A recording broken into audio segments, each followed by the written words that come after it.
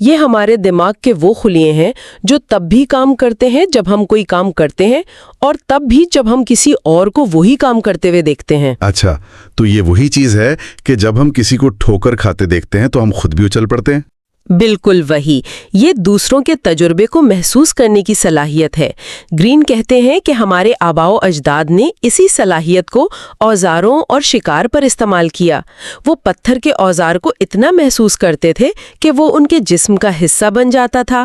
وہ شکار کے رویے کا اتنا مشاہدہ کرتے تھے کہ وہ اس کے اندر سوچنے لگتے تھے اور اس کے اگلے قدم کا اندازہ لگا لیتے تھے۔ واہ، یعنی وقت کے ساتھ ہمارا تعلق بھی بدل گیا۔ جانوروں کے لیے وقت ایک دشمن ہے، لیکن ہمارے آباء و اجداد کے لیے جتنا زیادہ وقت وہ مشاہدے میں لگاتے ان کی سمجھ اتنی ہی گہری ہوتی۔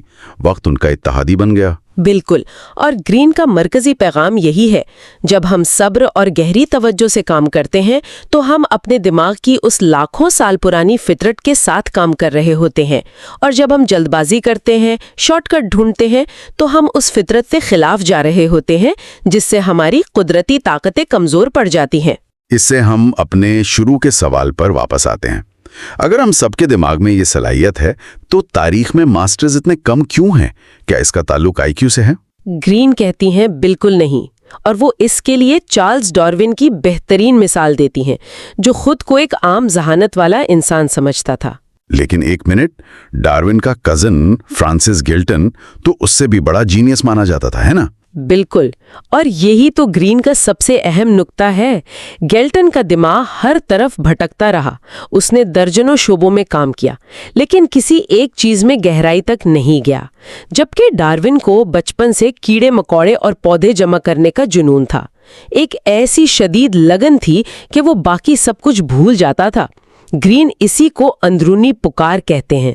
تو ذہانت سے زیادہ اہم یہ شدید جذباتی لگن ہے۔ یہی وہ چیز ہے جو کسی کو سالوں کی محنت کے دوران حوصلہ دیتی ہے جب دوسرے ہمت ہار جاتے ہیں۔ جی ہاں، یہ عقلی طاقت سے زیادہ ایک جذباتی خصوصیت ہے۔ یہی جنون آپ کو وہ صبر اور استقامت دیتا ہے جو مہارت کے طویل راستے کے لیے ضروری ہے۔ گرین کے مطابق ماسٹری کا سفر شروع ہی اس اندرونی پکار کو پہچاننے سے ہوتا ہے۔ اور گرین یہ بھی کہتے ہیں کہ آج ہم ایک ایسے تاریخی لمحے میں ہیں جہاں مہارت کے مواقع پہلے سے کہیں زیادہ ہیں۔ ماضی کی رکاوٹیں جیسے طبقہ، جنس، معلومات تک رسائی، وہ سب بڑی حد تک ختم ہو چکی ہیں۔ تو پھر آج کے دور میں کیا رکاوٹ ہے؟ یہیں پر گرین ایک بہت ہی پریشان کن بات کہتی ہیں۔ وہ کہتی ہیں کہ آج سب سے بڑی رکاوٹ کوئی بیرونی چیز نہیں، بلکہ خود ہماری اپنی سوچ اور ہماری ثقافت ہے۔ آج کل محنت، صبر اور نظم و ضبط کو پرانی باتیں سمجھا جاتا ہے۔ یعنی وہ غیر فعال پن یا پیسیویٹی کا شکار ہو جاتے ہیں۔ بالکل، لوگ شارٹ کٹ ڈھونڈتے ہیں۔ وہ سوچتے ہیں کہ کوئی ایپ یا کوئی لائف ہیک ان کے سارے مسائل حل کر دے گا۔ توجہ دینے کی صلاحیت کم ہو رہی ہے کیونکہ ہر طرف خلفشار ہے۔ مہارت کے لیے درکار گہری توجہ اور طویل محنت کے خیال کو ہی ناخوشگوار سمجھا جانے لگا ہے۔ گرین کے مطابق یہ رویہ مہارت کے راستے کی سب سے خطرناک رکاوٹ ہے۔ تو کتاب کا تعارف ایک طرح سے ایک چیلنج کے ساتھ ختم ہوتا ہے، ایک کال ٹو ایکشن۔ گرین ہمیں قائل کرتے ہیں کہ ہمارا دماغ پلاسٹک کی طرح لچکدار ہے، ہم اسے بدل سکتے ہیں۔ ہمیں اس غیر فعال پن کے رجحان کے خلاف مزاحمت کرنی چاہیے اور اپنی تقدیر خود بنانی چاہیے۔ جی، اور آخر میں وہ بتاتی ہیں کہ یہ کتاب اسی سفر کا ایک نقشہ ہے۔ اس کے 6 ابواب قاری کو اس عمل کے ہر مرحلے سے گزارتے ہیں، اپنی اندرونی پکار دریافت کرنے سے لے کر شاگردی، پھر تخلیقی مرحلہ اور آخرکار مہارت تک۔ اور وہ تاریخی اور آج کے دور کے ماسٹرز کی مثالیں استعمال کرتی ہیں تاکہ یہ واضح ہو سکے کہ یہ اصول آج بھی اتنے ہی سچے اور قابل عمل ہیں۔ تو خلاصہ یہ ہے کہ رابرٹ گرین کا پیغام بالکل واضح ہے۔ ماسٹری ایک حتمی طاقت ہے جو ہمارے ارتقائی ماضی سے جڑی ہے اور نظریاتی طور پر ہر کسی کے لیے ممکن ہے، لیکن اس کے لیے اپنے اندرونی آواز کو پہچاننا اور پھر ایک طویل صبر آزما عمل کو اپنانا ضروری ہے۔ اور سننے والوں کے لیے ایک آخری خیال چھوڑ جاتے ہیں جو گرین کے تعارف کے بالکل آخر سے لیا گیا ہے۔ جس لمحے آپ یہ سوچ کر آرام کرتے ہیں کہ آپ نے مطلوبہ سطح حاصل کر لی ہے، آپ کے دماغ کا ایک حصہ زوال پذیر ہونا شروع ہو جاتا ہے۔ مہارت کوئی منزل نہیں ہے جہاں پہنچ کر آپ رک جائیں. یہ ایک ایسی طاقت ہے جسے مستقل تازہ دم رکھنا پڑتا ہے ورنہ یہ ختم ہو جاتی ہے. یہ ہمیں سوچنے پر مجبور کرتا ہے کہ کیا سیکھنا واقعی ایک ناختم ہونے والا سفر ہے. ہم سب کے اندر نا ایک آواز ہوتی ہے، ایک ایسی کشش جو ہمیں کسی خاص سمت میں کھینچتی ہے. جی، ایک اندرونی قوت. بالکل، ایک اندرونی قوت جو ہمیں بتانا چاہتی ہے کہ ہماری زندگی کا اصل مقصد کیا ہے. آج ہم رابرٹ گرین کی کتاب مہارت کے پہلے باب پر ذرا تفصیل سے بات کریں گے، جو اسی مقصد کو دریافت کرنے کے بارے میں ہے، اور اپنی اس اندرونی آواز کو پہچاننے کے بارے میں. اور یہ خیال بہت دلچسپ ہے کہ بچپن میں یہ قوت بہت زیادہ واضح ہوتی ہے. جی بالکل. یہ ہمیں ان چیزوں کی طرف کھینچتی ہے جن میں ہماری فطری دلچسپی ہوتی ہے، لیکن پھر جیسے جیسے ہم بڑے ہوتے ہیں، والدین کی امیدیں، دوستوں کا دباؤ، پیسے کمانے کی فکر، یہ سب مل کر اس آواز کو دبا دیتے ہیں. ہاں بالکل دبا دیتے ہیں. اور اپنی ذات سے یہی دوری، مطلب یہ جو رابطہ ٹوٹ جاتا ہے نا، یہی اکثر ہماری بے چینی اور مایوسی کی وجہ بنتا ہے. اچھا. ہم ایک ایسی زندگی گزار رہے ہوتے ہیں جو ہماری ہوتی ہی نہیں ہے، وہ تو دوسروں کی توقعات پر بنی ہوتی ہے. صحیح. تو اس باب کا جو مرکزی نقطہ ہے وہ یہ ہے کہ کسی بھی فیلڈ میں کمال حاصل کرنے کا سفر باہر کی دنیا سے نہیں بلکہ اندر سے شروع ہوتا ہے. ہمیشہ اندر سے. پہلا قدم ہی خود کو جاننا ہے اور اس بھولی ہوئی فطری قوت سے دوبارہ جڑنا ہے. چلیں اس بات کو مزید گہرائی سے سمجھتے ہیں، اور اس کے لیے لیونارڈو ڈا ونچی سے بہتر مثال کیا ہو سکتی ہے نا؟ بالکل. کتاب بتاتی ہے کہ اپریل 1519 میں جب وہ اپنی موت کے بستر پر تھا تو وہ اپنی پوری زندگی کے عجیب و غریب سفر پر غور کر رہا تھا.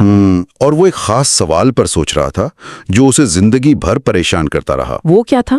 کہ کیا تمام جانداروں کے اندر کوئی ایسی پوشیدہ طاقت ہوتی ہے جو انہیں بڑھنے پر مجبور کرتی ہے، مطلب اپنی مکمل شکل تک پہنچنے پر، جیسے ایک بیج سے پھول بنتا ہے. واو. اب وہ یہی سوال خود پر لاگو کر رہا تھا کہ کیا کوئی ایسی ہی قوت تھی جس نے اس کی اپنی زندگی کو بھی ایک خاص شکل دی. اور جب اس نے پیچھے مڑ کر دیکھا تو اسے اپنی زندگی میں اس قوت کے واضح اشارے ملے. مثال کے طور پر اس کا ناجائز اولاد ہونا. جی. اس زمانے میں تو اس کا مطلب تھا کہ وہ نہ یونیورسٹی جا سکتا تھا، نہ کوئی معزز پیشہ اپنا سکتا تھا. یہ تو ایک بہت بڑی مشکل لگتی ہے نہیں؟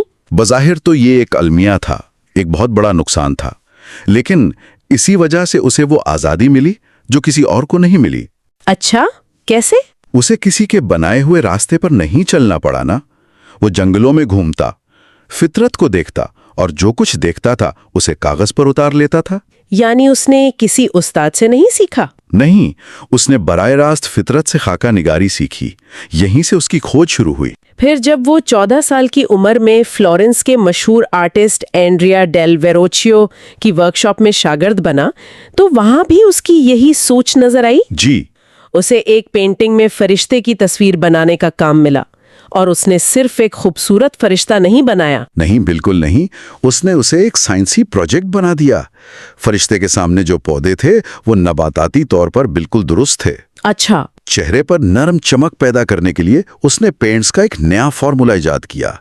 اور سب سے بڑھ کے فرشتوں کے پروں کو حقیقت پسندانہ بنانے کے لیے اس نے پرندوں کا مطالعہ کیا ہوگا.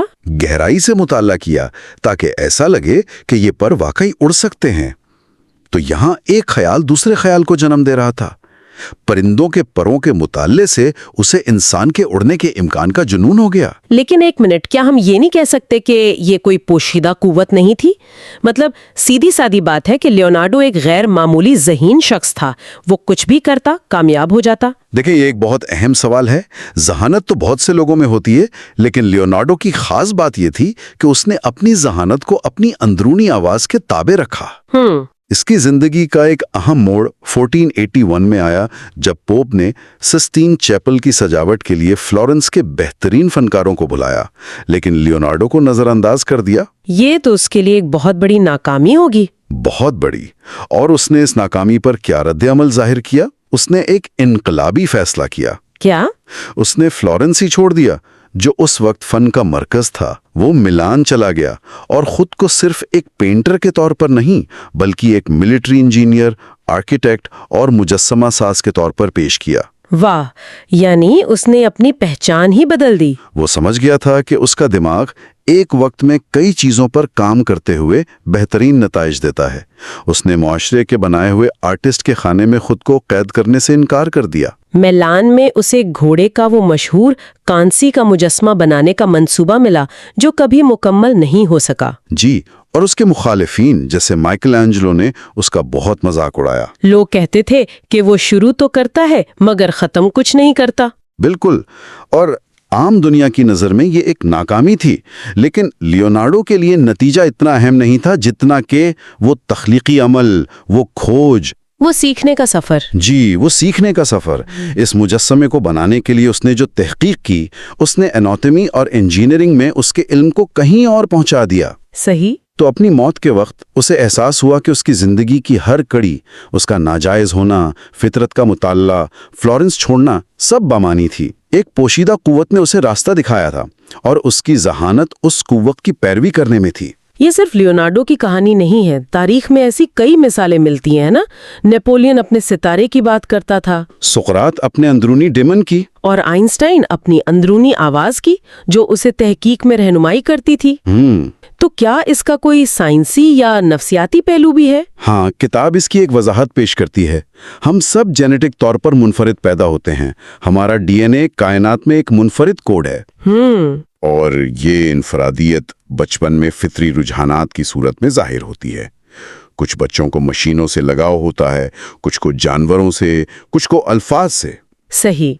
جب ہم ان رجحانات کے مطابق کام کرتے ہیں تو ہمیں خاص روانی اور توانائی محسوس ہوتی ہے، جیسے یہ کام ہم سے خود بخود ہو رہا ہے۔ اور اسی کو کتاب میں زندگی کا مقصد یا لائف ٹاسک کہا گیا ہے۔ جی، یہ کوئی آسمانی چیز نہیں، بلکہ اپنی فطری انفرادیت کو پہچاننا اور اسے اپنے کام کے ذریعے دنیا میں ظاہر کرنا ہے۔ لیکن اگر یہ اتنا فطری ہے تو ہم میں سے اکثر لوگ اسے محسوس کیوں نہیں کر پاتے؟ یہ اتنا مشکل کیوں لگتا ہے؟ اس کی سب سے بڑی وجہ ہے معاشرتی دباؤ۔ معاشرتی دباؤ۔ جی، جیسے ہی ہم اسکول جانا شروع کرتے ہیں، ہمیں دوسروں کی طرح بننے، ان سے مقابلہ کرنے اور اساتذہ کو خوش کرنے کی تربیت دی جاتی ہے۔ پھر والدین کی باری آتی ہے، جو چاہتے ہیں کہ ہم کوئی ایسا کریئر اپنائیں جو محفوظ ہو، منافع بخش ہو۔ ان کی نیت اچھی ہوتی ہے، لیکن ان کی آواز ہماری اپنی اندرونی آواز پر حاوی ہو جاتی ہے۔ سے ہی بچوں کو مستحکم کیریئر کا مشورہ دیتے ہیں۔ کیا اپنی پسند کے پیچھے بھاگنا جو شاید غربت کی طرف لے جائے ہمیشہ صحیح فیصلہ ہے؟ یہ ایک بہت ہی عملی نکتہ ہے۔ دیکھیں، کتاب یہ نہیں کہتی کہ آپ کل اپنی نوکری چھوڑ کر پینٹر بن جائیں۔ اچھا۔ وہ 3 مراحل کا ذکر کرتی ہے۔ پہلا ہے اندرونی رابطہ۔ اپنے بچپن کو یاد کریں اور دیکھیں کہ وہ کون سی چیزیں تھیں جو آپ کو بغیر کسی وجہ کے اپنی طرف کھینچتی تھی۔ ٹھیک ہے۔ دوسرا مرحلہ ہے ایک عملی راستہ تلاش کرنا۔ اپنے کام کو صرف پیسہ کمانے کا ذریعہ نہ سمجھیں، بلکہ اسے ووکیشن یعنی پیشہ بنائیں۔ ووکیشن کا لاطینی مطلب ہے ایک بلاوا، یعنی ایک ایسا کام تلاش کریں جو آپ کی دلچسپی سے جڑا ہو اور جس سے آپ روزی بھی کما سکیں۔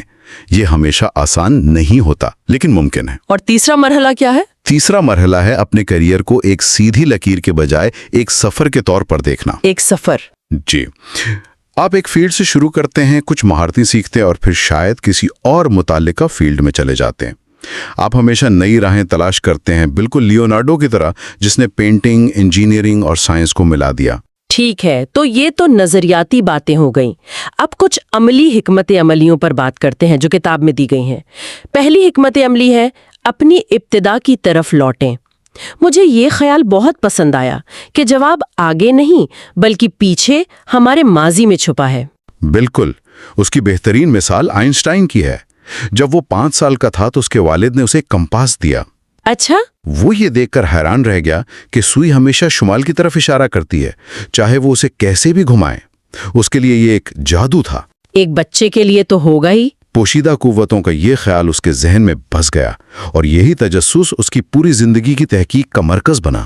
اس نے کائنات کی پوشیدہ قوتوں کو سمجھنے کی کوشش کی۔ واہ! اسی طرح میری کیوری کی مثال بھی ہے۔ وہ بچپن میں اپنے والد کی لیبارٹری کے آلات کو دیکھ کر مسحور ہو جاتی تھیں۔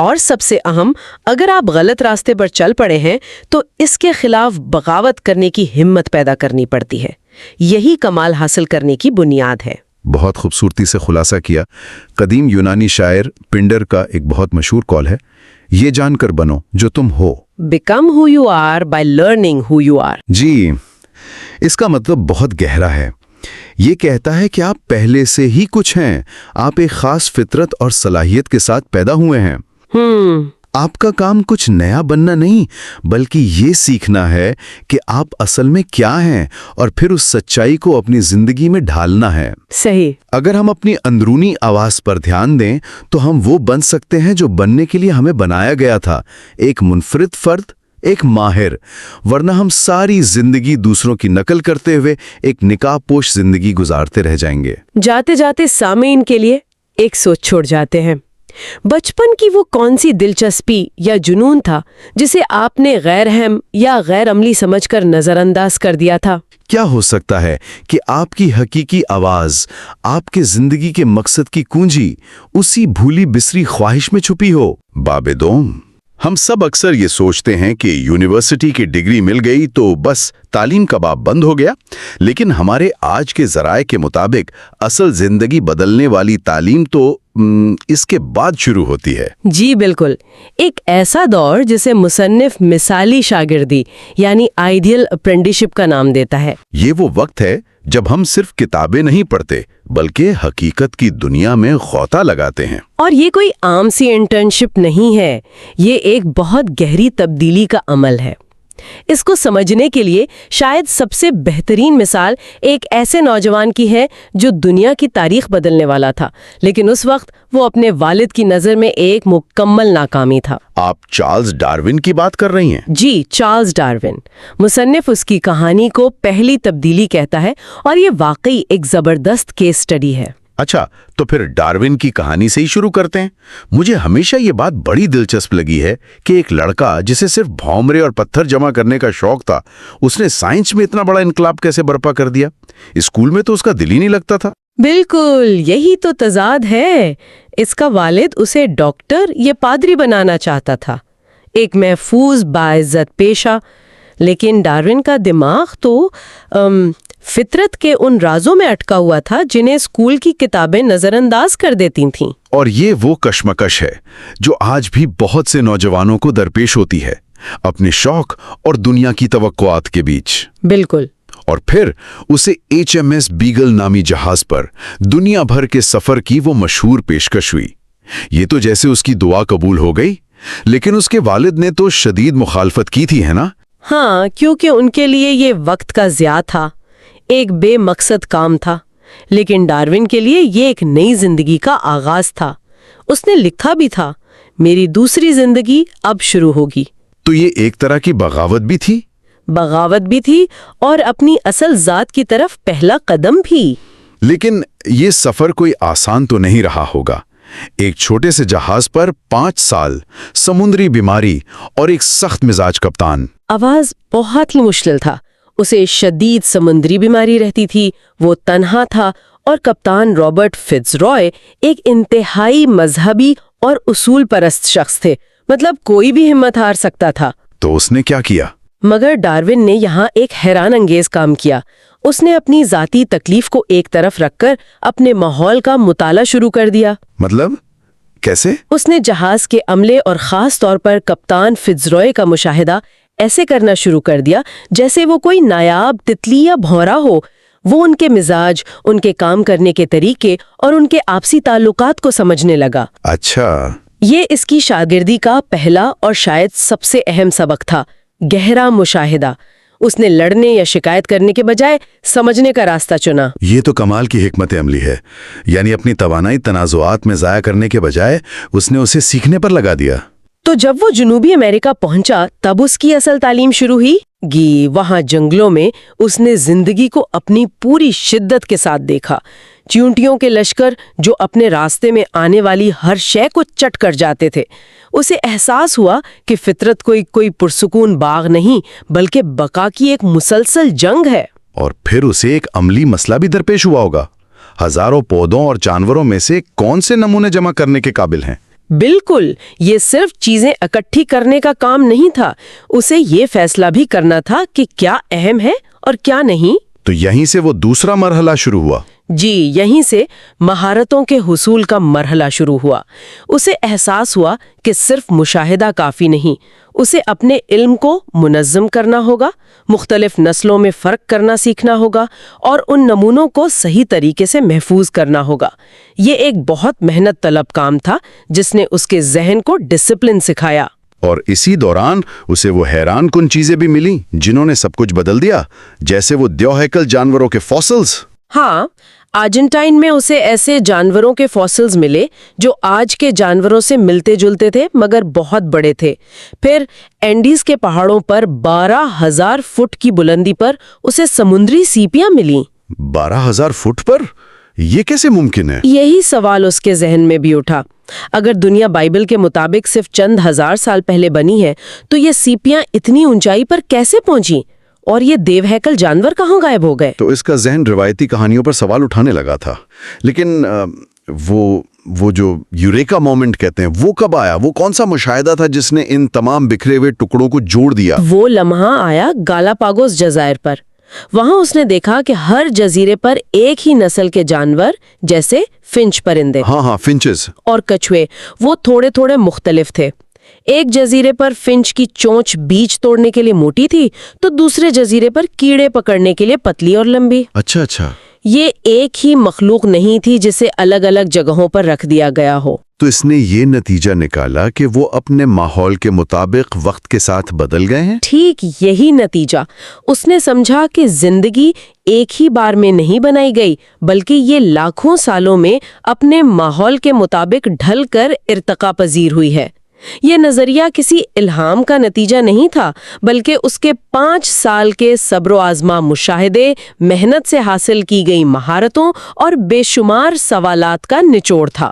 اور جب وہ واپس انگلینڈ پہنچا تو وہ بھنورے جمع کرنے والا لڑکا نہیں تھا بلکہ ایک سائنسدان تھا جس کے پاس دنیا کو دیکھنے کا ایک نیا نظریہ تھا۔ کیا زبردست تبدیلی ہے! جی، اور اسی لیے مصنف کہتا ہے کہ شاگردی کا اصل مقصد صرف کوئی ہنر سیکھنا نہیں بلکہ اپنے ذہن اور کردار کو بدلنا ہے۔ یہ بات بہت گہری ہے، لیکن کیا اس کا مطلب یہ ہے کہ جب ہم اپنا کیریئر شروع کریں تو ہمیں تنخواہ کے بارے میں سوچنا ہی نہیں چاہیے؟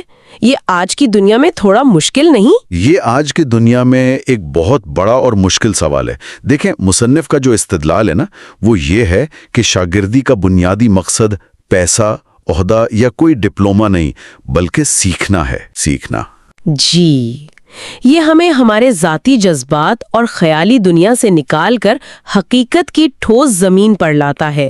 اس کا مطلب ہے کہ اپنے کیریئر کے پہلے 10 سال میں اپنی پے سلپ سے زیادہ اپنی لرننگ سلپ پر توجہ دینی چاہیے۔ لرننگ سلپ، یہ دلچسپ ہے۔ جو علم اور تجربہ آپ اس دور میں حاصل کرتے ہیں وہ ایسی دولت ہے جس پر زندگی بھر سود لگتا ہے، جبکہ پہلی نوکری کی اچھی تنخواہ اکثر چند سالوں میں اپنی قدر کھو دیتی ہے۔ ٹھیک ہے، تو اگر ہم اس تبدیلی کے عمل کو ایک نقشے کی طرح دیکھیں تو اس کے کیا مراحل ہیں؟ مصنف نے اسے 3 حصوں میں تقسیم کیا ہے نا؟ مشاہدہ، مشق اور پھر تجربہ۔ جی، پہلا مرحلہ ہے گہرا مشاہدہ یعنی غیر فعال موڈ۔ جب آپ کسی نئی جگہ، کسی دفتر یا ورکشاپ میں قدم رکھتے ہیں تو ہماری فطری خواہش ہوتی ہے کہ ہم خود کو ثابت کریں، بولیں اور توجہ حاصل کریں۔ بالکل، ہر کوئی چاہتا ہے کہ آتے ہی اپنا تاثر قائم کرے۔ مصنف کہتا ہے کہ یہ سب سے بڑی غلطی ہے۔ تو ہمیں کرنا کیا چاہیے؟ بس خاموش بیٹھے رہیں؟ ایک ماہر بشریات کی طرح خاموش اور غیر فعال۔ آپ کا کام وہاں کے غیر تحریری اصولوں کو سمجھنا ہے۔ اختیارات کا اصل مرکز کون ہے؟ کام واقعی کیسے ہوتا ہے؟ فائلوں پر یا فون کالز پر؟ یہ سب سمجھے بغیر کوئی بھی قدم اٹھانا ایسا ہی ہے جیسے اندھیرے میں تیر چلانا۔ ٹھیک ہے، تو پہلے مشاہدہ کرنا ہے، اس کے بعد مہارتیں حاصل کرنے کا مرحلہ آتا ہے۔ یہاں خاموش علم یا ٹیسٹ نالج کا ذکر ہے جو کتابوں میں نہیں ملتا۔ یہ وہ علم ہے جو صرف کرنے سے آتا ہے۔ آپ کار چلانا کتاب پڑھ کر نہیں سیکھ سکتے۔ مشہور 10,000 گھنٹے کا اصول بھی یہی کہتا ہے۔ جب آپ کسی کام کی ہزاروں بار مشق کرتے ہیں تو آپ کے دماغ میں اس کے لیے ایک پکا راستہ، ایک نیورل پاتھ وے بن جاتا ہے۔ اور پھر وہ کام خودکار ہو جاتا ہے؟ بالکل، اور آپ کی دماغی توانائی مزید پیچیدہ چیزیں سیکھنے کے لیے آزاد ہو جاتی ہیں۔ اور پھر تیسرا مرحلہ آتا ہے تجربہ کاری، یعنی فعال موڈ۔ یہ سننے میں تھوڑا خوفناک لگتا ہے۔ اور یہ ہے بھی، جب آپ کچھ مہارت اور اعتماد حاصل کر لیتے ہیں تو اب وقت ہے کہ آپ اپنے کام کو، اپنے خیالات کو دوسروں کے سامنے پیش کریں، تنقید کا سامنا کریں۔ یہ بہت ضروری ہے کیونکہ اسی سے آپ کو اپنی خامیوں کا پتہ چلتا ہے اور آپ ناکامی کے خوف پر قابو پانا سیکھتے ہیں۔ جیسے ڈارون نے کپتان سے بحث کر کے خود کو تیار کیا تھا۔ جی، اس نے خود کو اس عوامی تنقید کے لیے تیار کیا جو بعد میں اس کا مقدر بننے والی تھی۔ تو یہ 3 مراحل، مشاہدہ، مشق اور تجربہ، ایک نقشے کی طرح ہیں۔ لیکن نقشہ ہونے کا مطلب یہ تو نہیں کہ سفر آسان ہے۔ مصنف نے سفر کی رکاوٹوں سے نمٹنے کے لیے کیا ٹھوس حکمت عملی بتائی ہے؟ مصنف نے کئی حکمت عملیوں کا ذکر کیا ہے، لیکن 3 سب سے اہم ہیں۔ پہلی وہی ہے جس پر ہم نے بات کی، پیسے پر سیکھنے کو ترجیح دیں۔ بینجامن فرینکلن کی مثال یہاں بہت اچھی ہے۔ وہ ایک عظیم مصنف بننا چاہتا تھا، اس لیے اس نے ایک پرنٹر کے ہاں مشکل اور کم تنخواہ والی نوکری قبول کی، کیونکہ وہاں اسے ہر روز الفاظ سے کھیلنے کا موقع ملتا تھا۔ اور آئنسٹائن کی مثال بھی ایسی ہی ہے۔ اس نے پیٹنٹ آفس کی کلرک کی اس لیے چنی کیونکہ وہاں کا کام اس کے دماغ کو زیادہ نہیں تھکاتا تھا اور اسے فزکس کے عظیم مسائل پر سوچنے کے لیے بہت وقت اور ذہنی سکون مل جاتا تھا۔ لیکن یہ حکمت عملی تو ایک طرح کی قربانی مانگتی ہے۔ یہ قربانی نہیں، سرمایہ کاری ہے۔ آپ فوری فائدے کو مستقبل کے بڑے انعام کے لیے قربان کر رہے ہیں۔ ٹھیک ہے، اگلی حکمت عملی میرے خیال میں سب سے مشکل ہے، کیونکہ یہ ہماری فطرت کے بالکل خلاف جاتی ہے۔ مصنف کہتا ہے کہ آرام نہیں بلکہ مزاحمت اور تکلیف کی طرف بڑھو۔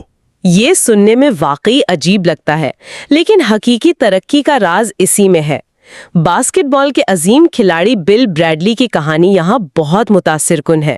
وہ قدرتی طور پر تیز رفتار نہیں تھا اور اس کی گیند پر گرفت بھی کمزور تھی۔ تو اس نے کیا کیا؟ اس نے جان بوجھ کر ایسی مشقیں ایجاد کیں جو انتہائی تکلیف دہ تھیں۔ وہ آنکھوں پر پٹی باندھ کر ڈربلنگ کرتا تاکہ اسے گیند کو محسوس کرنے کی عادت ہو۔ وہ کرسیوں کے بیچ میں سے بھاگتا۔ یعنی اس نے اپنی کمزوری کو ہی اپنا ہدف بنا لیا۔ اس کا اصول تھا، جس کام میں تم سب سے کمزور ہو اسی پر سب سے زیادہ محنت کرو، اس وقت تک جب تک وہ تمہاری طاقت نہ بن جائے۔ ہم انسان آسانی کی طرف بھاگتے ہیں، لیکن مہارت مشکل کا سامنا کرنے سے پیدا ہوتی ہے۔ اور آخری حکمت عملی ہے ناکامی کو اپنا استاد بنانا۔ یہ بھی ایک ایسی بات ہے جو کہنے میں آسان ہے لیکن کرنے میں بہت مشکل۔ ہنری فورڈ کی مثال دی گئی ہے، جس کی پہلی 2 کار کمپنیاں بری طرح ناکام ہوئی تھیں۔ بالکل، زیادہ تر لوگ 2 ناکامیوں کے بعد ہمت ہار دیتے اور شاید کوئی محفوظ نوکری ڈھونڈ لیتے، لیکن فورڈ کا ذہن مختلف تھا۔ وہ ناکامی کو ذاتی شکست کے طور پر نہیں دیکھتا تھا۔ تو وہ اسے کیسے دیکھتا تھا؟ وہ اسے ڈیٹا کے طور پر دیکھتا تھا۔ اس کی سوچ ایک انجینئر کی تھی۔ جیسے ایک مشین کا خراب ہونا آپ کو اس کے ڈیزائن کی خامی بتاتا ہے جسے آپ ٹھیک کر سکتے ہیں، اسی طرح ایک کاروباری ناکامی آپ کو اپنی حکمت عملی کی غلطیوں اور اپنی ذاتی خامیوں کے بارے میں سکھاتی ہے۔ مطلب ناکامی فیڈ بیک ہے۔ جی، اور یہاں 2 طرح کی ناکامیوں میں فرق کرنا بہت ضروری ہے۔ ایک ناکامی وہ ہے جو کوشش نہ کرنے سے آتی ہے، یہ بزدلی ہے۔ دوسری ناکامی وہ ہے جو ہمت سے کوشش کرنے کے بعد ملتی ہے، یہ دوسری قسم کی ناکامی ایک انمول استاد ہے۔ تو اگر ہم اس ساری گفتگو کو سمیٹیں تو شاگردی کا یہ دور صرف نوکری کا ایک مرحلہ نہیں بلکہ ایک گہرا نفسیاتی اور کردار کی تبدیلی کا عمل ہے۔ اس کا مقصد سیکھنا ہے، پیسہ کمانا نہیں۔ بالکل، اس کے 3 مرحلے ہیں۔ پہلے خاموشی سے مشاہدہ کرو، پھر جنون کی حد تک مشق کرو، اور آخر میں اپنے کام کو دنیا کے سامنے لا کر تنقید کا سامنا کرو۔ اور کامیابی کی کنجی مشکل، تکلیف اور ناکامی سے بھاگنے میں نہیں بلکہ ان کا سامنا کرنے میں ہے۔ بالکل، اور اگر ہم اسے بڑے تناظر میں دیکھیں تو یہ صرف کسی ہنر میں مہارت حاصل کرنے کا نام نہیں بلکہ یہ خود پر قابو پانے اور حقیقت سے ایک گہرا اور سچا رشتہ قائم کرنے کا عمل ہے۔ آج کی دنیا جہاں ہر طرف خلفشار ہے، وہاں یہ راستہ شاید پہلے سے کہیں زیادہ اہم ہو گیا ہے۔ کتاب میں ایک لکڑہارے کی مثال دی گئی ہے۔ وہ ایک بہت بڑے درخت کو کاٹ رہا ہے۔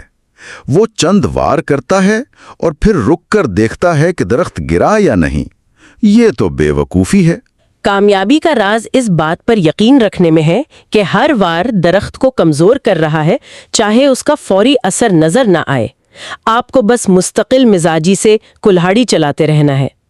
تو غور کرنے کے لیے سوال یہ ہے کہ اپنی شاگردی کے سفر میں کیا ہم مستقل مزاجی سے کلہاڑی چلا رہے ہیں، یا ہر 2 وار کے بعد رک کر عمل پر ہی شک کرنے لگتے ہیں اور اس طرح درخت کو گرنے کا موقع ہی نہیں دے رہے؟ باب 3، آج ہم کسی ہنر میں کمال حاصل کرنے کے ایک ایسے طریقے پر بات کریں گے جو ہزاروں سال پرانا ہے، لیکن شاید آج کی تیز رفتار دنیا میں ہم اسے بھولتے جا رہے ہیں۔ جی، یہ ہے استاد اور شاگرد کا رشتہ۔ بالکل، اور یہ صرف کسی سے کچھ سیکھنا نہیں ہے۔ آپ نے صحیح کہا۔ آج کل دیکھیں، آن لائن کورسز ہیں، یوٹیوب ٹیوٹوریلز ہیں، کتابیں ہیں، ہم معلومات تو حاصل کر لیتے ہیں، جی، لیکن ذرائع بتاتے ہیں کہ استاد شاگرد کا رشتہ اس سے کہیں زیادہ گہرا ہے۔ یہ صرف معلومات کا تبادلہ نہیں، بلکہ کسی کے سوچنے کا انداز، اس کی حکمت اور اس کے تجربے کو اپنے اندر جذب کرنے کا عمل ہے۔ یعنی صرف یہ نہیں سیکھنا کہ کیا کرنا ہے، بلکہ یہ سیکھنا کہ اس فیلڈ کا ماہر کیسے سوچتا ہے۔ بالکل، اور ذرائع میں جو نقطہ بار بار سامنے آتا ہے وہ یہ ہے کہ اس رشتے کا آخری مقصد صرف استاد کی کاربن کاپی بننا نہیں ہے، اچھا، بلکہ ان سے سیکھ کر ان سے بھی آگے نکل جانا ہے۔ واہ! اور اس پورے سفر کو سمجھنے کے لیے ہمارے پاس ایک بہترین مثال ہے جو ذرائع میں تفصیل سے بیان کی گئی ہے، مائیکل فیراڈے کی کہانی۔ مائیکل فیراڈے، جی، ایک ایسا لڑکا جس کے پاس کچھ نہیں تھا، لیکن وہ تاریخ کے عظیم ترین سائنسدانوں میں سے ایک بنا۔ اس کی کہانی اس رشتے کے ہر پہلو کو روشن کرتی ہے، مطلب شروعات، عروج اور یہاں تک کہ ایک تکلیف دہ اختتام بھی۔ تو آئیے مائیکل فیراڈے کی اس کہانی میں اترتے ہیں اور دیکھتے ہیں کہ علم کی یہ کیمیا گری کیسے کام کرتی ہے۔ فیراڈے کی شروعات 19ویں صدی کے لندن کی ایک غریب بستی سے ہوئی۔ جی، اس کا خاندان اتنا غریب تھا کہ ذرائع بتاتے ہیں کہ کبھی کبھی 1 ہفتے تک اسے کھانے کو صرف 1 روٹی ملتی تھی، اللہ! اور اس کے پاس کوئی رسمی تعلیم نہیں تھی، اور بظاہر اس کا مستقبل ایک لوہار بننے کے علاوہ کچھ نہیں تھا۔ لیکن اس کے اندر علم کی ایک ایسی پیاس تھی جو وہ حالات سے کہیں زیادہ طاقتور تھی۔ اسے کتابوں کی دکان پر جلد سازی کا کام مل گیا جو اس کے لیے کسی خزانے سے کم نہیں تھا۔ صحیح، وہ دن بھر کتابوں پر جلدیں چڑھاتا اور رات کو انہیں پڑھتا۔ خاص طور پر جب اس نے بجلی پر مضامین پڑھے تو اسے لگا جیسے اس کی زندگی کو ایک سمت مل گئی ہے۔ یہاں ایک بہت دلچسپ موڑ آتا ہے۔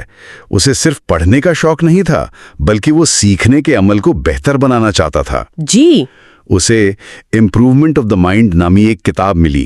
یہ کوئی عام کتاب نہیں تھی۔ اس نے فیراڈے کو سکھایا کہ سیکھنے کا ایک منظم طریقہ کیا ہوتا ہے۔ اور یہ بہت اہم نکتہ ہے، فیراڈے نے اس کتاب کے مشوروں پر سختی سے عمل کیا۔ وہ صرف پڑھتا نہیں تھا، بلکہ چھوٹے چھوٹے تجربات کرتا، جو کچھ سیکھتا اس پر دوستوں سے بحث کرتا، اور سب سے بڑھ کر وہ مشہور سائنسدانوں کے لیکچر سننے جاتا اور ان کے تفصیلی نوٹس بناتا۔ اور اس نے ان نوٹس کو اتنی محنت سے لکھا، ان میں خاکے بنائے اور انہیں اتنا منظم کیا کہ آخر میں اس کے پاس 300 صفحات پر مشتمل ایک پوری سائنسی کتاب تیار ہو گئی۔ یہ تو خود ایک کمال کی بات ہے۔ یعنی نوکری ملنے سے پہلے ہی اس نے خود کو ایک مثالی شاگرد کے طور پر ثابت کر دیا تھا۔ بالکل، اور یہی نوٹس اس کی زندگی بدلنے کا سبب بنے۔ کیسے؟ اس کے دکان کے مالک نے یہ نوٹس رائل انسٹیٹیوشن کے ایک رکن کو دکھائے، اور وہ شخص فیراڈے کے کام سے اتنا متاثر ہوا کہ اس نے فیراڈے کو اس وقت کے سب سے بڑے کیمیا دان سر ہمفری ڈیوی کے لیکچرز میں شرکت کا موقع دیا۔ واہ، ہمفری ڈیوی! جی، فیراڈے کے لیے ڈیوی ایک ہیرو کی طرح تھے۔ ڈیوی بھی ایک عام گھرانے سے اٹھ کر سائنس کی دنیا کا ستارہ بنا تھا۔ اچھا، فیراڈے نے جب ڈیوی کو لیکچر دیتے دیکھا تو اسے احساس ہوا کہ اصل سائنس کتابوں میں نہیں بلکہ ڈیوی جیسے شخص کے دماغ میں ہے۔ اسے لگا کہ صرف معلومات اکٹھی کرنا کافی نہیں، اسے اس سائنسی روح کو جذب کرنے کے لیے ایک زندہ استاد کی ضرورت ہے۔ یعنی یوٹیوب ویڈیوز اور کتابیں ایک حد تک ہی کام آ سکتی ہیں، لیکن کسی ماہر کو کام کرتے ہوئے دیکھنا اور اس کے ساتھ رہنا بالکل مختلف بات ہے۔ بالکل۔ تو فیراڈے نے ڈیوی کی توجہ حاصل کرنے کے لیے ہر ممکن کوشش شروع کر دی۔ اس نے کیا کیا؟ اسے خوبصورتی سے جلد کر کے ڈیوی کو تحفے میں بھیج دی۔ پھر قسمت نے بھی اس کا ساتھ دیا۔ لیب میں ایک دھماکے کی وجہ سے ڈیوی کی بینائی عارضی طور پر متاثر ہو گئی اور انہیں ایک اسسٹنٹ کی ضرورت پڑی جو ان کے لیے لکھ پڑھ سکے، اور وہ کام فیراڈے کو مل گیا۔ کچھ دنوں کے لیے جی، اور بالآخر اس کی محنت رنگ لائی اور اسے رائل انسٹیٹیوشن میں لیب اسسٹنٹ کی نوکری مل گئی۔ اور یہاں سے اس کی اصل تربیت شروع ہوئی۔ یہ اس کے اکیلے سیکھنے کے سالوں سے کہیں زیادہ تیز اور گہری تھی۔ جی، وہ سائے کی طرح ڈیوی کے ساتھ رہتا، اسے کام کرتے دیکھتا اور کیمیائی تجزیے کے وہ راز سیکھتا جو کتابوں میں نہیں ملتے تھے۔ صحیح۔ ذرائع میں خاص طور پر یورپ کے ایک دورے کا ذکر ہے۔ ڈیوی یہ ثابت کرنا چاہتا تھا کہ ہیرا خالص کاربن کی ایک شکل ہے۔ اچھا۔ اس نے ایک بہت سادہ لیکن ذہانت سے بھرپور تجربہ ڈیزائن کیا۔ فیراڈے نے اپنی آنکھوں سے دیکھا کہ ڈیوی کس طرح ایک بنیادی خیال کو ایک ایسے تجربے میں بدلتا ہے جو ہر شک کو ختم کر دے۔ تو اس نے سیکھا کہ ایک عظیم سائنسدان کا دماغ کیسے کام کرتا ہے۔ یہ صرف حقائق جاننا نہیں، بلکہ سوال پوچھنے اور جواب تلاش کرنے کا ایک تخلیقی عمل ہے۔ بالکل۔ لیکن ہر کہانی کی طرح اس میں بھی ایک پیچیدہ موڑ آیا۔ 8 سال گزر گئے اور فیراڈے اب صرف ایک اسسٹنٹ نہیں رہا تھا، وہ خود ایک قابل سائنسدان بن چکا تھا۔ جی، لیکن ڈیوی اسے اب بھی اپنا چھوٹا مددگار ہی سمجھتا تھا۔ شاید ذرائع کے مطابق اسے فیراڈے کی بڑھتی ہوئی قابلیت سے حسد ہونے لگا تھا۔ یہ تو اس رشتے کا ایک کلاسک المیہ ہے۔ جی، جب شاگرد استاد کے برابر آنے لگتا ہے یا اس سے آگے نکلنے کی صلاحیت دکھاتا ہے تو استاد کے لیے اسے قبول کرنا مشکل ہو سکتا ہے۔ اور ڈیوی نے فیراڈے کی ترقی میں رکاوٹیں ڈالنا شروع کر دی۔ اور پھر وہ لمحہ آیا جب فیراڈے نے برقی مغناطیسیت پر ایک ایسی دریافت کی جس نے دنیا بدل دی۔ اس نے دنیا کی پہلی الیکٹرک موٹر کا اصول دریافت کیا۔ اور کیا یہ عجیب بات نہیں کہ جس لمحے شاگرد استاد سے آگے نکلنے لگتا ہے، اکثر اسی لمحے رشتہ خراب ہونا شروع ہو جاتا ہے۔ بالکل، اور یہاں بھی ایسا ہی ہوا۔ فیراڈے نے جوش میں آ کر اپنی تحقیق جلدی میں شائع کر دی اور اس میں ڈیوی اور اس کے ایک ساتھی کا شکریہ ادا کرنا بھول گیا، جنہوں نے اس موضوع پر پہلے کام کیا تھا۔ ڈیوی نے اس پر سرقہ یعنی چوری کا الزام لگا دیا۔ یہ تو بہت سخت الزام تھا۔ بہت زیادہ۔ اس نے فیراڈے کو رائل سوسائٹی کا ممبر بننے سے روکنے کی بھی کوشش کی۔ فیراڈے کے لیے یہ بہت تکلیف دہ تھا، لیکن اسے سمجھ آ گیا کہ اب الگ ہونے کا وقت ہے۔ تو اس نے کیا کیا؟ اس نے ڈیوی سے اپنا تعلق ختم کیا اور اپنی الگ راہ پر چل پڑا، اور آخرکار وہ اپنے استاد سے بھی بڑا سائنسدان بن کر ابھرا۔ فیراڈے کی کہانی میں جو بات سب سے زیادہ متاثر کرتی ہے وہ یہ ہے کہ اس کا رشتہ ڈیوی کے ساتھ کتنا پیچیدہ تھا۔ جی، یہ کوئی سیدھی سادھی کہانی نہیں ہے۔ اس میں سیکھنے کا عمل، انسانی نفسیات، حسد اور آخر میں آزادی سب کچھ شامل ہے۔ اور اس سے آج کے دور کے لیے کچھ اہم اصول نکلتے ہیں۔ جی، اور ذرائع ان اصولوں کو بہت واضح طور پر بیان کرتے ہیں۔ پہلا اصول تو یہ ہے کہ سیکھنے کے اس عمل میں عاجزی اور استاد کی اتھارٹی کو تسلیم کرنا بہت ضروری ہے۔ آج کل ہم ہر اتھارٹی پر شک کرتے ہیں، جو کہ اچھی بات ہے، لیکن جب آپ سیکھنے کے مرحلے میں ہوں تو آپ کو کسی کی رہنمائی قبول کرنی پڑتی ہے۔ ایک اچھا استاد آپ کو شارٹ کٹ نہیں دیتا، بلکہ وہ آپ کے 10 سال کے سفر کو 5 سال میں مکمل کروا سکتا ہے۔ بالکل۔ یہاں ایک بہت خوبصورت تصور پیش کیا گیا ہے کہ استاد ایک فلسفی کے پتھر کی طرح ہے۔ یہ خیال پرانی کیمیا گھری سے آیا ہے کہ ایک ایسا پتھر ہوتا ہے جو عام دھات کو سونے میں بدل دیتا ہے۔ بالکل، اور یہ صرف علم کی بات نہیں ہے۔ ایک کتاب آپ کو کیمسٹری کے اصول بتا سکتی ہے، لیکن استاد آپ کو یہ سکھاتا ہے کہ ایک کیمیا دان کی طرح سوچا کیسے جائے۔ صحیح۔ یہ اس عمل کو اپنی آنکھوں سے دیکھنے کا جادو ہے۔ ناکامی، کامیابی اور وہ چھوٹی چھوٹی ترکیبیں جو کبھی لکھی نہیں جاتی۔ استاد بے جان معلومات کو زندہ اور قابل استعمال مہارت میں تبدیل کر دیتا ہے۔ یہی اصلی سونا ہے۔ تو اس رشتے کو کامیاب بنانے کے لیے ذرائع کچھ حکمت عملیوں کا ذکر کرتے ہیں۔ پہلی ہے اپنی ضروریات کے مطابق صحیح استاد کا انتخاب کریں۔ جی، اس کا مطلب یہ نہیں کہ آپ اپنی فیلڈ کے سب سے مشہور شخص کے پیچھے بھاگ پڑے۔ آپ کو وہ شخص چننا ہے جس کا کام اور سوچنے کا انداز آپ سے میل کھاتا ہو۔ کوئی مثال ہے اس کی؟ جی، مشہور آرکیٹیکٹ فرینک لائڈ رائٹ نے لوئس سلیون کو اپنا استاد چنا۔ کیوں؟ کیونکہ سلیون اس وقت کے روایتی یورپی فن تعمیر کو چیلنج کر کے ایک نیا جدید امریکی انداز بنا رہا تھا۔ اور رائٹ بھی یہی کرنا چاہتا تھا؟ بالکل، اس لیے ان کا ملاپ بالکل صحیح تھا۔ تو اس کا مطلب یہ ہوا کہ صرف سب سے کامیاب شخص کو اپنا استاد چننا کافی نہیں، بلکہ یہ دیکھنا ضروری ہے کہ کیا ان کا راستہ آپ کے مقصد سے مطابقت رکھتا ہے۔ جی، دوسری حکمت عملی تھوڑی مشکل ہے۔ استاد کے آئینے میں گہرائی سے جھانکنا، یعنی سخت اور بے لاگ فیڈ بیک کے لیے تیار رہنا۔ اور اس کی مثال تو بہت شدید دی گئی ہے، زین ماسٹر ہاکوین زینجی کی کہانی، جسے اس کے استاد نے بہت سخت آزمائشوں سے گزارا۔ جی، اور یہ ایک انتہائی مثال ہے تاکہ نقطہ واضح ہو سکے۔ اس کے استاد نے اسے عوام میں ذلیل کیا، اسے مارا بھی اور بار بار اس کے کام کو رد کیا۔ ایک منٹ، مار بھی کھانی پڑی؟ یہ تو بہت عجیب لگ رہا ہے۔ آج کے دور میں تو یہ بالکل قابل قبول نہیں ہوگا۔ کیا ذرائع اس قسم کی شدت کا مقصد واضح کرتے ہیں؟ آپ کا نقطہ درست ہے، اور ذرائع اس طریقے کی حمایت نہیں کر رہے، بلکہ اس کے پیچھے چھپے نفسیاتی اصول کو سمجھا رہے ہیں۔ اچھا، اس استاد کا مقصد ہوکوین کی انا کو توڑنا تھا۔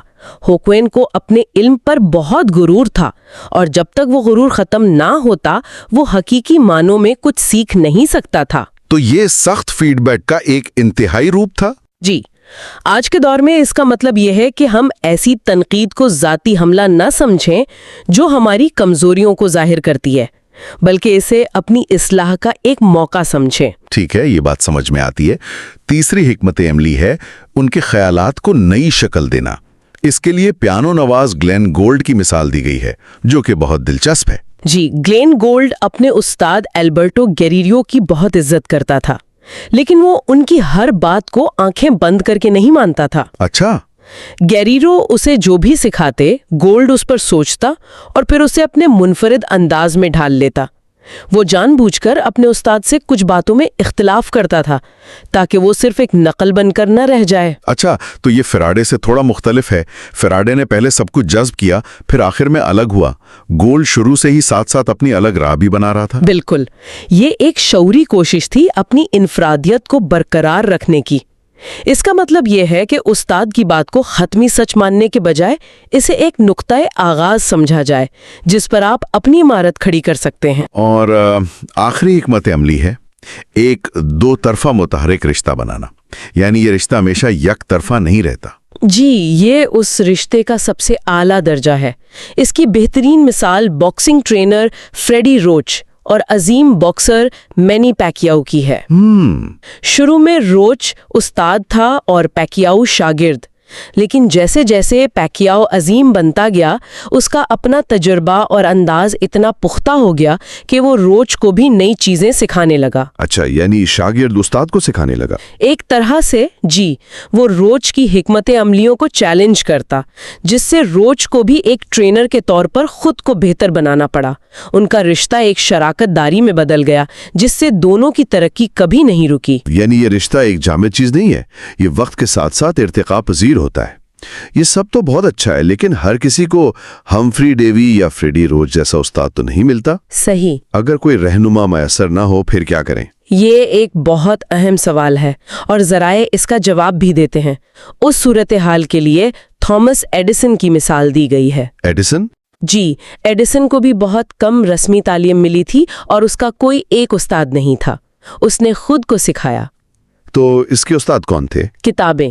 اس نے کتابوں کو اپنا استاد بنایا، اور سب سے دلچسپ بات یہ ہے کہ اس کی سب سے بڑی رہنما کتاب کون سی تھی؟ کون سی؟ مائیکل فیریڈے کی بجلی پر تجرباتی تحقیق۔ جس شخص کی کہانی ہم نے ابھی سنی وہی ایک نسل بعد ایڈیسن جیسے موجد کے لیے باواسطہ استاد بن گیا۔ واہ، یہ تو ایک خوبصورت تسلسل ہے، لیکن کیا یہ راستہ زیادہ مشکل نہیں؟ بہت زیادہ۔ ذرائع واضح کرتے ہیں کہ یہ راستہ انتہائی خود انحصاری اور نظم و ضبط کا تقاضا کرتا ہے۔